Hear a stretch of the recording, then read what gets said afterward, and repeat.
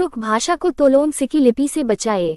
दुख का विषय है कि आज कुरुक भाषा की स्थिति दयनीय है। ये भाषा विलुप्त होने के कगार पर है, अर्थात खतरे में है। इसे यूनेस्को द्वारा पुष्टि कर सूचीबद्ध की गई है। यूनेस्को विश्व की उन सभी विलुप्त हो रही भाषा लिपियों पर शोध करके सूचीबद्ध करती है। कुरुक भाषा भारत के अनेक राज्यों में तथा विश्व के कई देशों में बोली जाने वाली भाषा है। यह एक जनजातीय भाषा है। इस भाषा को अधिकतम कुरुक उरांव समुदाय के लोग बोलते हैं।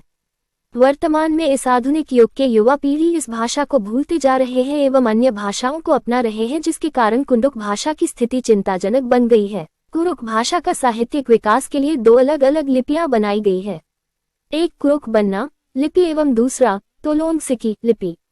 समाज में कभी भी लिपि संबंधी समीक्षा कार्यक्रम नहीं किया गया, जिसके कारण आज कुरुक भाषा के लिए दो लिपियां समाज में प्रचार प्रसार हो रहा है, जो उचित नहीं है और यह चिंता का विषय है।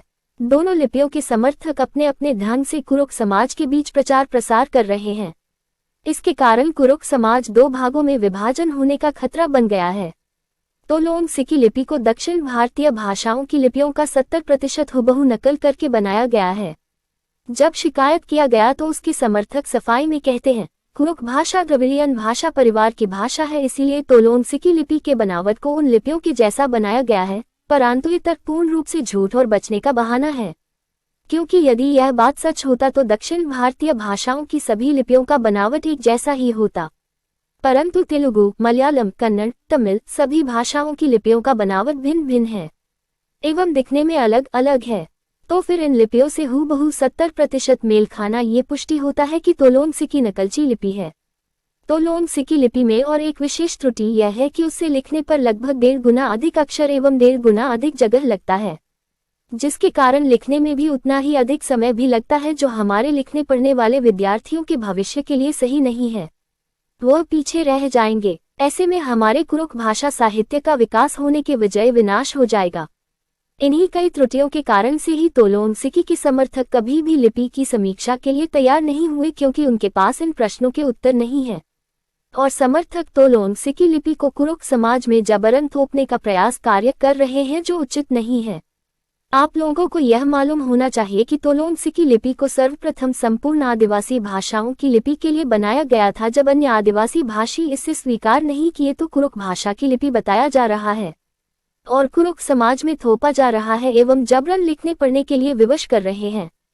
कुरुक भाषा की स्थिति ऐसे ही दयनीय है और ऐसे में तोलोन सिकी लिपि इस भाषा को और ले डूबेगा, क्योंकि एक त्रुटिपूर्ण नई लिपि लिखने पढ़ने वालों के लिए बोझ बनेगा और ऐसे में कुरुक भाषा के प्रति लोगों में और रुचि पैदा नहीं होगा।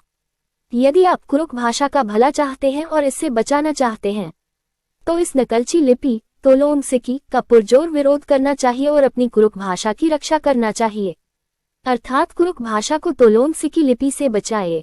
हमारा हमेशा से यह प्रयास रहा है कि लिपि के संदर्भ में समीक्षा हो और एक एक बिंदु पर बहस हो, परंतु दुर्भाग्य की बात है ऐसा ना हो सका। परंतु मैं कुरुक समाज से अपील और निवेदन करती हूँ कि सभी भाषाविद अपने अपने स्तर से लिपि का आकलन करना चाहिए एवं विचार करना चाहिए, क्योंकि यह कुरुक भाषा और समाज का भविष्य का विषय है। मैं अपनी कुरुक बन्ना लिपि के संदर्भ में भी कहना चाहती हूँ कि यह लिपि को देखकर आप स्वयं भी जांच और परख सकते हैं। ये लिपि कुरुक समाज को विश्व में एक अलग पहचान दिलाने में सक्षम है।